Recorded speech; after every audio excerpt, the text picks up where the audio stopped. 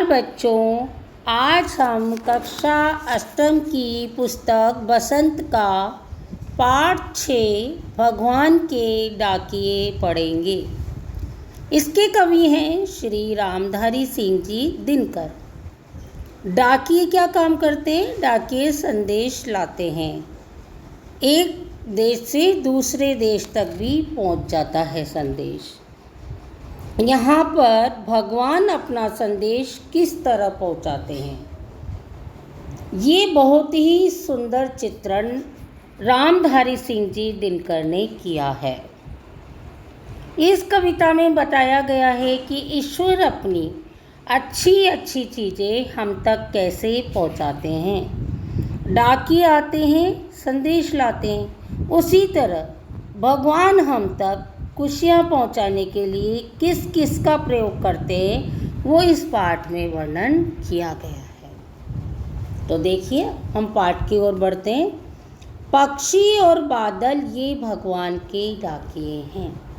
रामधारी सिंह जी दिनकर ने इस कविता के माध्यम से कहा है कि पक्षी और बादल, जो तरह तरह के पक्षी होते हैं वो, और जो आकाश में बादल होते हैं वो भगवान के डाकिये होते हैं, अर्थात भगवान का संदेश पहुंचाते हैं, जो एक महादेश से दूसरे महादेश को जाते हैं। पक्षी है वो एक महादेश से दूसरे महादेश में पहुंच जाते हैं। इसी तरह से बादल भी एक महादेश से दूसरे महादेश में जाते हैं।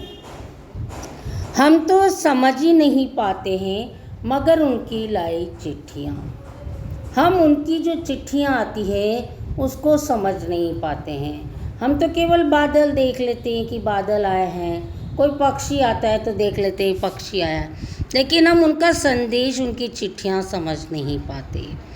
पेड़ पौधे, पानी और पहाड़ बाँचते हैं। उनकी जो चिट्ठियाँ होती है ना, उसको कौन बाँचता है, कौन पढ़ता है? एक तो पेड़ पढ़ लेते हैं, पौधे पढ़ लेते हैं, पानी पढ़ लेते हैं और पहाड़ पढ़ लेते हैं। जैसे बच्चों, पक्षी आए तो पक्षी संदेश लाता है, बादल आए, अब हम बादल देखते हैं तो पेड़ अनुमान लगा लेते हैं, पौधे अनुमान लगा लेते हैं, पहाड़ अनुमान लगा लेते हैं कि बरसात होगी या नहीं। हम तो केवल ये आंकते हैं, हम तो केवल ये समझ सकते हैं, ये निर्णय ले सकते हैं कि एक देश की धरती दूसरे देश को सुगंध भेजती है। हम ये आंकते हैं कि एक देश की जो धरती माता होती है वो दूसरे देश में सुगंध भेज देती है। अर्थात एक देश में कुछ अच्छा कार्य होता है तो उसका संदेश दूसरे देश में चला जाता है, एक देश की सुगंध दूसरे देश में चली जाती है, और वह सौरभ हवा में तैरते हुए पक्षियों के पंखों पर तैरता है, और वो जो सुगंध है वो हवा के साथ फैलती है और पक्षी के पंखों के साथ इधर से उधर चली जाया करती है, और एक देश का भाव दूसरे देश में पानी बनकर गिरता है। देखिए बहनों और भाइयों, बच्चों, एक देश का भाप, एक देश से भाप उठती है।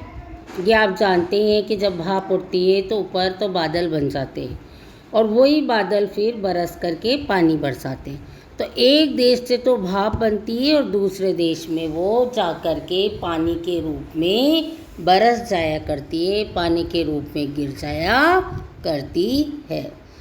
तो बच्चों, इस पाठ में जो मुख्य सारांश है वो यही है कि भगवान के डाकिये किन किन को कहा है। भगवान के डाकिये कहा है पक्षी और बादल को कहा, और उनका संदेश कौन कौन समझ जाता है? पेड़ पौधे, पानी और पहाड़। उनकी जो हमारे देश की सुगंध, दूसरे देश की सुगंध, दोनों आपस में आदान प्रदान होती है, तथा वो सुगंध किसके माध्यम से फैलती है? हवा के माध्यम से फैलती है। तथा इसमें ये भी बताया कि एक देश की जब भाप उठती है तो बादल बन जाते हैं, तो कहाँ बरसते हैं? दूसरे देश में जा कर के बरसते हैं। तो ये पाठ यहीं समाप्त होता है बच्चों। तो इसमें कविता से और पाठ से आगे ये प्रश्न उत्तर आपको करने हैं।